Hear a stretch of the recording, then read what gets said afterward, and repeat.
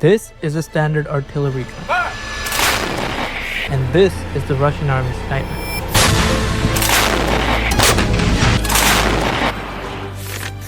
Both are 155mm howitzer cannon, and both can strike targets over 20 miles away. But in active combat, one has a loss rate of over 30%, while the other has a loss rate less than 10%.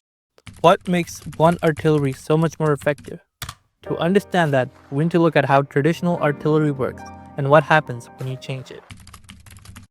Artillery is among the most powerful tools in modern warfare. It's good at quickly destroying enemy vehicles, leveling fortifications, and supporting advancing troops from miles away. But there's a cost to this power. Conventional artillery is slow. It has to be towed into position, set up, and then fired. And it doesn't move easily. This is fine if the target never moves, but on a modern battlefield, that's rarely ever the case. The moment an artillery piece fires, its position is revealed.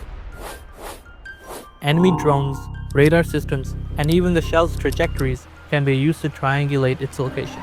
And if the artillery doesn't eliminate the target on the first strike, the clock starts ticking.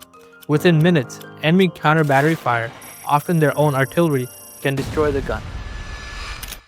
The solution that new artillery has found isn't just more firepower, it's mobility.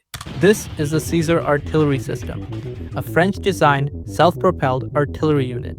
Its name is actually an acronym for Truck Equipped with an Artillery System, because that's exactly what it is. The Caesar starts its life as a military-grade transport vehicle, often the Renault Sherpa 5 or the Unimog 6x6. First, the cargo bed is removed. In its place, a 155mm howitzer cannon is mounted on a reinforced frame. Then, an armored cab, a digital fire control system, and hydraulic stabilization legs are also added to the truck. These simple modifications keep the Caesar relatively compact, coming in around 10 meter long, or roughly the size of a school bus. It carries 18 rounds of ammunition and the explosive charges needed to fire them. Its compact build makes the Caesar light, allowing it to reach speeds over 50 miles per hour. The compact design also means the artillery system only needs a crew of 3 to 5 soldiers. 2 crew members to handle the loading of shells, 2 more to prepare and insert the explosive charges, and a commander to locate targets and fire the artillery. Here's the live firing in action. The Caesar arrives to its firing location, and the crew members run to their positions. First, the shell is loaded. Then the next crew members load the explosive charge behind the shell. Then the commander programs the target and presses the trigger. With a well-trained crew, the Caesar can go from a full stop to firing in under 2 minutes, and just as important, it can leave again just as fast. This technique is called shoot and scoot. Instead of digging in and risking return fire, the Caesar fires 1 to 3 rounds, then drives away. At a distance of 25 miles, that means the Caesar can strike without ever seeing the enemy or being seen itself. This mobility and level of stealth is life-saving. In Ukraine, the battlefield is crowded with drones. Every artillery strike is recorded, located, and relayed in seconds. Fixed artillery positions rarely survive more than one engagement. But because of its wheels and compact design, the Caesar doesn't have to wait around. It fires, moves, and relocates before the enemy can aim. That's why its loss rate is so low. Out of approximately 700 Caesars delivered to Ukraine, fewer than 70 have been destroyed. That's a survivability rate of over 90%. In a war where tanks, bunkers, and traditional artillery are being wiped out at an alarming rate, that's extraordinary. But Caesar isn't the only player on this battlefield. This is the Archer artillery system. Designed by Sweden, it takes the same core ideas, mobility, stealth, and firepower, and pushes it further. The Archer is built on a modified Volvo 830, a rugged all-terrain dump truck. Like the Caesar, it's mounted with a 155mm howitzer cannon on the back. But with the Archer, everything is automated. There's no crew standing outside to load rounds or aim the gun. Everything, loading, targeting, and firing, is done from within the armored cab. In an emergency, one operator can run the entire system alone.